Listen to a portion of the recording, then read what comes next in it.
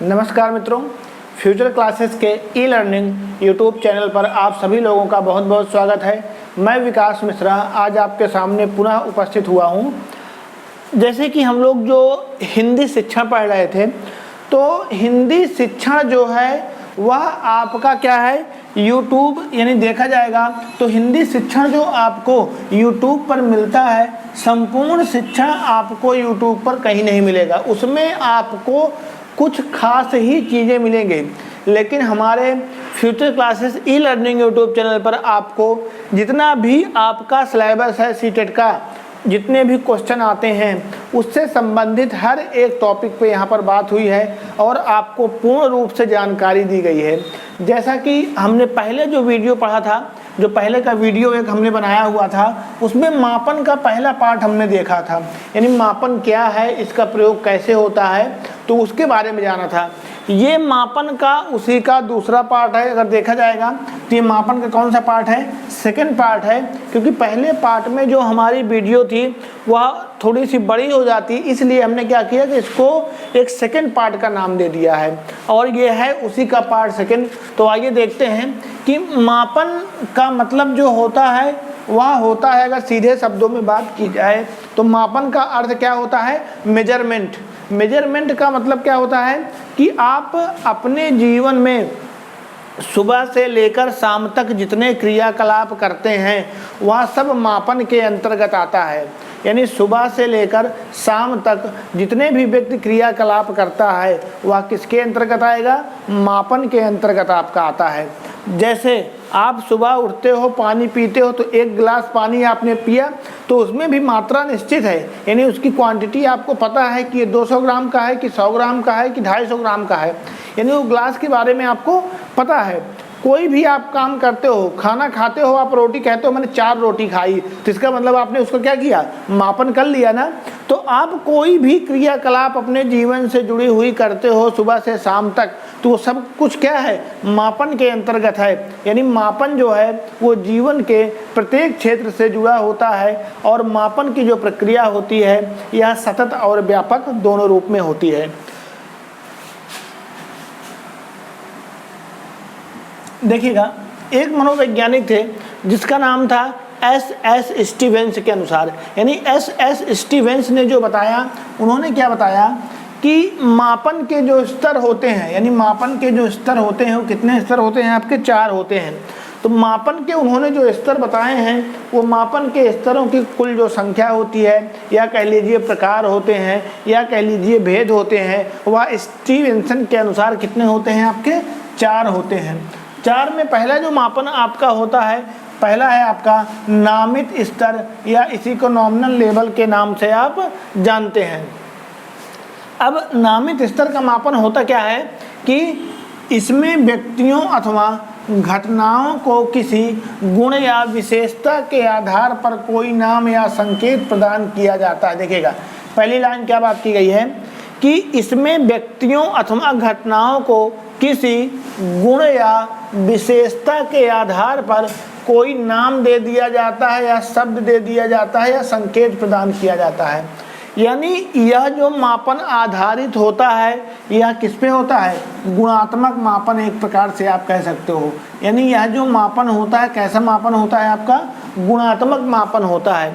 तो इसमें क्या होता है कि इसमें व्यक्तियों अथवा घटनाओं को किसी गुण या विशेषता के आधार पर क्या दिया जाता है, कोई नाम या शब्द या संकेत क्या कर दिए जाते हैं, प्रदान किए जाते हैं। इनमें कोई क्रम या संबंध नहीं होता है, यानी इनमें कोई क्रम नहीं होता है और ना ही कोई संबंध होता है।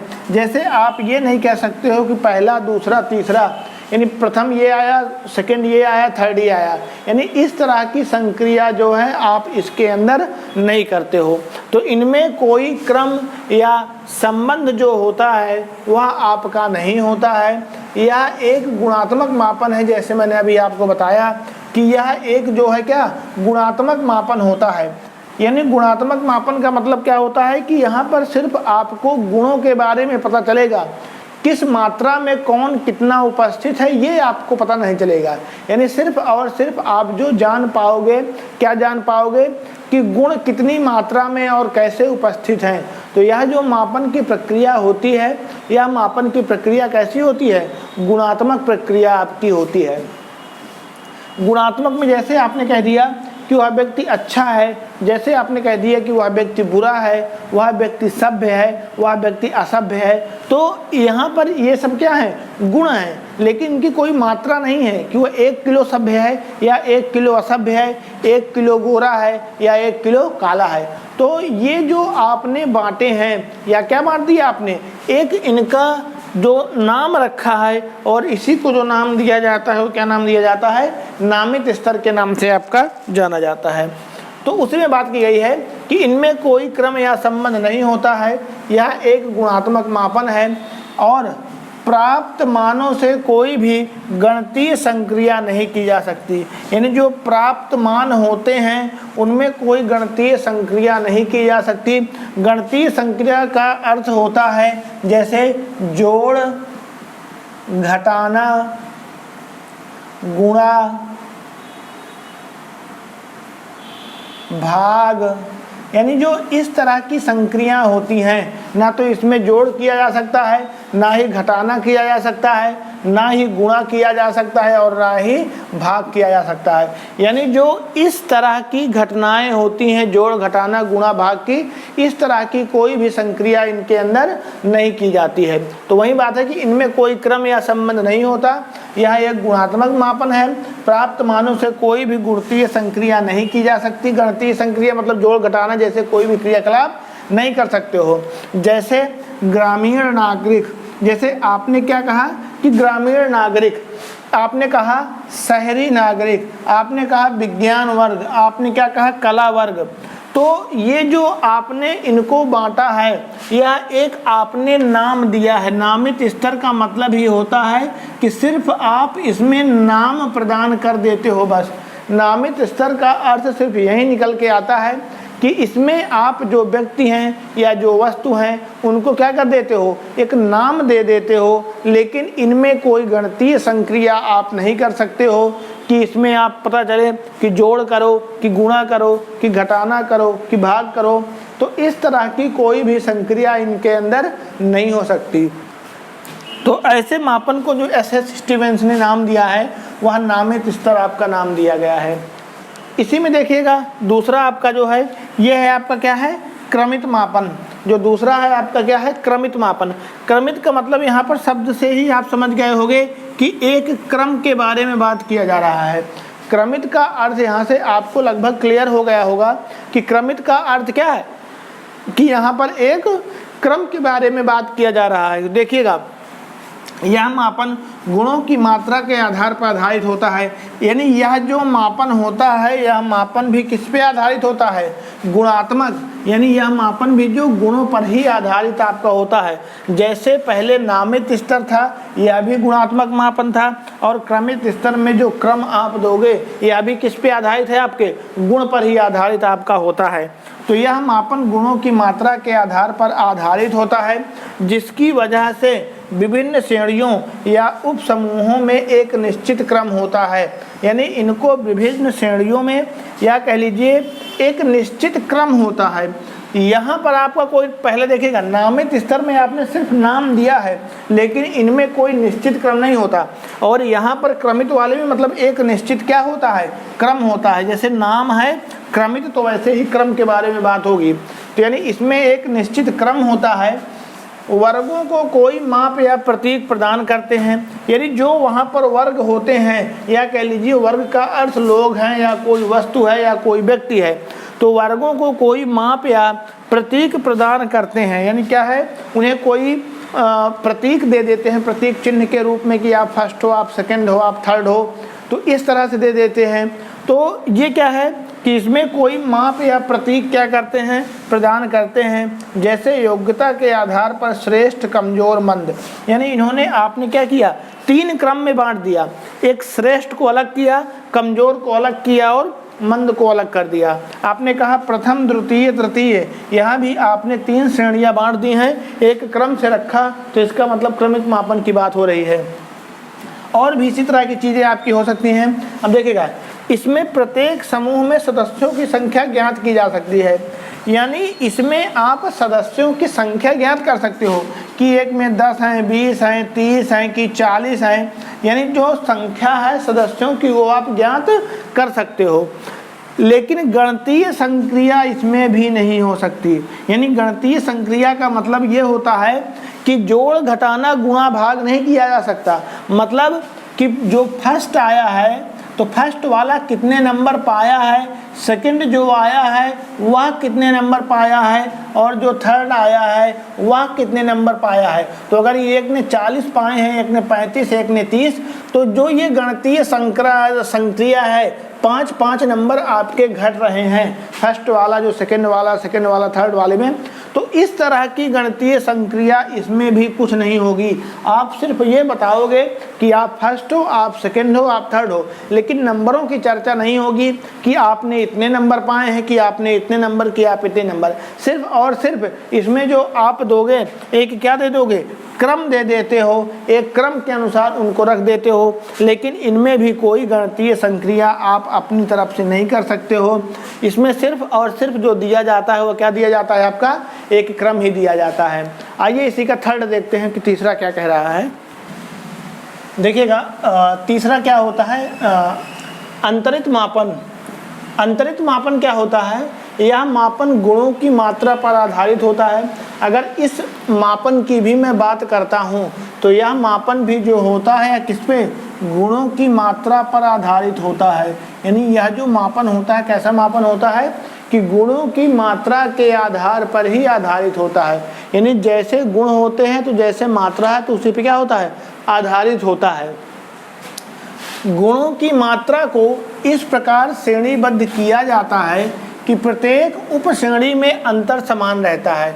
यानी जो गुणों की मात्रा है उसको इस प्रकार से श्रेणीबद्ध किया जाता है कि क्या होता है कि प्रत्येक उप श्रेणी में जो अंतर रहता है वह अंतर जो होता है वह अंतर क्या होता है, आपका समान होता है। जैसे आपने कहा कि ए ग्रेड और बी ग्रेड, जैसे आपने कहा ए ग्रेड और बी ग्रेड, तो ए और बी ग्रेड के बीच जो अंतर होगा वह समान अंतर होगा। जैसे आपने कहा कि अगर कोई ए ग्रेड पाता है तो इसका मतलब 70% वाला जो है वो ए ग्रेड पाएगा, लेकिन 70% से जितने भी कम होते हैं वह सब किस में जाएंगे, बी ग्रेड के अंतर्गत आपके मान लिए जाएंगे। यानी ये जो सिस्टम होता है तो ये क्या है, एक प्रकार से कह सकते हो कि अंतरित मापन है। यानी क्या है कि एक जो उप श्रेणी होती है या कह लीजिए फर्स्ट और सेकंड है, उनमें अंतर क्या है, समान रूप से अंतर रहता है। शैक्षिक, सामाजिक तथा वैज्ञानिक मनोवैज्ञानिक चरों का मापन अंतरित पैमाने पर ही किया जाता है। यानी शैक्षिक, सामाजिक तथा मनोवैज्ञानिक चरों का जो मापन होता है वो किस पर किया जाता है, अंतरित पैमाने पर ही किया जाता है। इन इकाइयों में शून्य का अर्थ परम शून्य नहीं होता है। मेन पॉइंट देखिएगा, इन इकाइयों में शून्य का अर्थ परम शून्य नहीं होता। यानी इन इकाइयों में शून्य का अर्थ परम शून्य नहीं होता है। अगर सीधे बात की जाएगी कि इन इकाइयों में शून्य का जो अर्थ होता है वह परम शून्य नहीं होता है। मतलब कहने का अर्थ ये हुआ कि अगर कोई बालक है और अगर वह 5वीं कक्षा में पढ़ता है और 5वीं कक्षा में उसे आपने हिंदी का एक क्वेश्चन दिया कि आप बेटा बताओ कि महानता शब्द में कौन सी संज्ञा है। आपने उससे पूछा कि बेटा बताओ महानता शब्द में कौन सी संज्ञा है। अब उसने हो सकता है कि संज्ञा का जवाब ना दे पाए। ऐसा हो सकता है कि आपने पूछा कि बेटा बताओ महानता शब्द में कौन सी संज्ञा है, तो हो सकता है वह बालक महानता शब्द में जो संज्ञा है उस संज्ञा के बारे में आपको ना बता पाए। तो जब बालक संज्ञा के बारे में नहीं बता पाएगा तो इसका मतलब आप क्या कहोगे कि तुम 0 नंबर पाए। अब आप कहते होगे कि तुम क्या पाए हो, 0 नंबर। तो यहाँ 0 का मतलब यह नहीं है कि वह हिंदी में 0 है। इसका मतलब 0 का अर्थ यह हुआ कि जो आपने उससे एक प्रश्न पूछा है उस प्रश्न में वह 0 नंबर पाया है। इसका मतलब ये कदापि नहीं होगा कि वह 0 नंबर पूरे हिंदी सब्जेक्ट में है, यानी हिंदी बिल्कुल उसकी अस्तित्व विहीन है, या कह लीजिए हिंदी में उसको बिल्कुल भी नहीं आता है। तो इसका अर्थ यही है कि इन इकाइयों में शून्य का अर्थ परम शून्य नहीं होता है। यानी इन इकाइयों में अगर बात की जाएगी कि शून्य का जो अर्थ होता है वह कभी भी परम शून्य को नहीं दर्शाएगा। इसमें जोड़ घटाना संभव है, यानी क्या है, इसमें जोड़ घटाना आप क्या कर सकते हो, संभव कर सकते हो, यानी जोड़ घटा आप सकते हो। जैसे मैंने बताया कि 70 से 65 है तो दोनों के बीच में 5 नंबर या 10% या ऐसे कुछ अंतर आपको मिल जाएगा। परंतु गुणा भाग नहीं किया जा सकता। परंतु क्या है, गुणा भाग जैसी संक्रिया इसके अंतर्गत नहीं होती है। अगर आप चाहोगे कि आप गुणा भाग जैसी संक्रिया इसमें करो तो गुणा भाग जैसी संक्रिया आप कभी भी नहीं कर सकते हो। और इसमें आपका जो है अंतरित मापन है, यानी इसमें अंतर जो होता है वो क्या होता है, अंतरित का मतलब ये हो कि अंतर जो है वहाँ अंतर आपका क्या होता है, समान अंतर आपका व्यक्त किया जाता है। और परम शून्य नहीं होता है। परम शून्य का अर्थ मैंने बताया है कि अगर कोई बालक किसी एक प्रश्न में 0 पाता है तो इसका मतलब वह प्रश्न में 0 पाया है, पूरे सब्जेक्ट से 0 का लेना देना आपका कुछ भी नहीं है। तो इसीलिए इसे जो नाम दिया जाता है वह किस नाम से जाना जाता है, अंतरित मापन के अंतर्गत माना जाता है। यानी यह जो मापन की प्रक्रिया है यह मापन क्या कहलाएगा, अंतरित मापन के ही अंतर्गत आपका माना जाता है। मुझे उम्मीद है कि आपको मापन का एक कॉन्सेप्ट क्लियर हो गया होगा। अगला देखिएगा, अनुपातिक मापन। अगला जो मापन है ये क्या कहलाएगा, अनुपातिक मापन। और ये चौथा और अंतिम मापन है आपका अनुपातिक। अनुपातिक मापन से पता चल रहा है कि अनुपात में कोई चीज़ होती है। जैसे आप पढ़ते हो ना कि 1/4, तो वो 1/4 आपने कहा कि यानी एक आम का चौथा हिस्सा अनुपात, ऐसे करके कुछ देखिएगा। अनुपातिक मापन है क्या, यह सर्वाधिक परिमार्जित मापन है। सबसे पहली बात कि चारों मापनों में अगर सबसे सही कोई मापन माना जाता है या सर्वाधिक जो परिमार्जित मापन माना जाता है, वो सर्वाधिक परिमार्जित जो मापन है वह कौन सा है आपका, अनुपातिक मापन ही होता है। तो यही बात की गई है कि यह सर्वाधिक परिमार्जित मापन होता है। यानी यह जो मापन है यह क्या होता है आपका, सर्वाधिक परिमार्जित मापन होता है, जिसमें अंतरित मापन के साथ परम शून्य भी निहित होता है। यानी इसमें क्या होता है कि जो अंतरित मापन है उसके साथ ही इसमें परम शून्य की स्थिति भी बनती है। वहाँ पर परम शून्य का अर्थ होता था कि अस्तित्व विहीन नहीं होता था, लेकिन इसका यहाँ पर मतलब होगा कि यह अस्तित्व विहीन आपका माना जाएगा। ठीक है ना। अनुपातिक मापन में प्राप्त मानों को अनुपातिक तुलनीयता है। यानी क्या है, जो अनुपातिक मापन में है जो आपको मान प्राप्त होते हैं वो मापन क्या है, अनुपातिक में है और तुलनीय होती है। यानी क्या होता है, अनुपात में होता है और उसके साथ ही साथ अनुपात में होने के साथ ही साथ वह क्या होता है आपका, तुलनीय होता है। यानी एक प्रकार से आप क्या कर सकते हो, उसकी तुलना भी आप कर सकते हो। यह मापन परिमाप को मात्रा के आधार पर व्यक्त करता है। यानी यह जो मापन होता है, परिमाप जो होता है, जो मापते हो आप, उसको किस रूप में व्यक्त करता है, मात्रा के आधार पर व्यक्त करता है। यानी यह जो मापन है यह परिमाप को किसके आधार पर व्यक्त करता है, मात्रा के आधार पर व्यक्त कर सकता है। यानी यह जो मापन है यह परिमाप को किसके आधार पर व्यक्त करता है, मात्रा के आधार पर व्यक्त करता है। तो अधिकांश देखिएगा, अधिकांश भौतिक चरों का जो मापन है अनुपातिक होता है। अधिकांश भौतिक चरों का जो मापन होता है, भौतिक चरों का मतलब जो अर्थ निकल जाएगा, जैसे आप कहते हो किसी की लंबाई के बारे में आपने कहा, किसी की ऊंचाई के बारे में आपने बात की, किसी की वजन के बारे में आपने बात की, तो मतलब ये क्या होता है, इस तरह का जो मापन होता है वह अनुपातिक मापन के अंतर्गत ही होता है। और अधिकांश जो भौतिक चर होते हैं तो अधिकांश भौतिक चरों का जो मापन होता है वह इसी के आधार पर ही किया जाता है, या कह लीजिए इसी तरह से ही किया जाता है। तो वही लाइन इसमें देखिएगा कही गई है कि मापन परिमाप की मात्रा के आधार पर व्यक्त करता है, यानी किसके आधार पर व्यक्त करता है, परिमाप की मात्रा के आधार पर उसको क्या करता है, व्यक्त करता है। अधिकांश जो भौतिक चरों का मापन है अनुपातिक होता है, यानी मैंने बताया कि जितने भी आपके भौतिक चरों का जो मापन होता है अधिकांशतः वह किसके द्वारा होता है, अनुपातिक मापन के द्वारा ही होता है। यानी अधिकांश भौतिक चरों का जो मापन होता है अनुपातिक होता है। इसमें देखिएगा जोड़ भी हो सकता है, घटाना भी, गुणा भी, भाग भी, यानी ये एक ऐसा मापन है जिसमें आपने देखा कि जोड़, घटाना, गुणा, भाग चारों संक्रियाएं हो सकती हैं, जबकि आपके अंतरित मापन में सिर्फ जोड़ घटाना हो सकता था, और जो आपने पहला जो मापन पढ़ा था उसमें और जो दूसरा आपने क्रमिक मापन पढ़ा था उसमें ये दोनों संक्रियाएं उसमें नहीं हो सकती थी, ना तो जोड़, ना घटाना, ना गुणा, ना भाग। लेकिन तीसरे वाले में सिर्फ जोड़ घटाना हो सकता है, और चौथा जो अनुपातिक है इसमें गुणा भाग जैसी संक्रिया भी आप कर सकते हो। जैसे यही लिखा है कि जोड़ भी हो सकता है, घटाना भी, गुणा भी, भाग जैसे संक्रियाएं की जा सकती हैं। जैसे व्यक्ति का जो भार होता है उसकी जो लंबाई है, या आप इसी में और ऐड करना चाहो तो व्यक्ति का जो वजन है, यानी इसमें हर एक तरह से संक्रिया हो सकती है। भाई व्यक्ति का भार आपने बता दिया 80 किलो है, उसका जो लंबाई है, लंबाई के बारे में आप बता सकते हो कि 5 फुट 6 इंच है। तो ये सारी चीज़ें आप बता सकते हो, यानी इसमें जोड़, घटाना, गुणा, भाग संक्रिया है। अगर कोई व्यक्ति है ये एक 80 किलो है, कोई व्यक्ति जो है 20 किलो है, अगर कोई लड़का है 20 किलो है, तो आप बता सकते हो 20 चौक 80, यानी वो 4 गुना उससे क्या है, वजन में ज़्यादा है। तो जोड़, घटाना, गुणा, भाग जैसी इसमें संक्रिया आपकी होती हैं। और जो अधिकांश भौतिक चर होते हैं वो अनुपातिक मापन के ही अंतर्गत आपके आते हैं।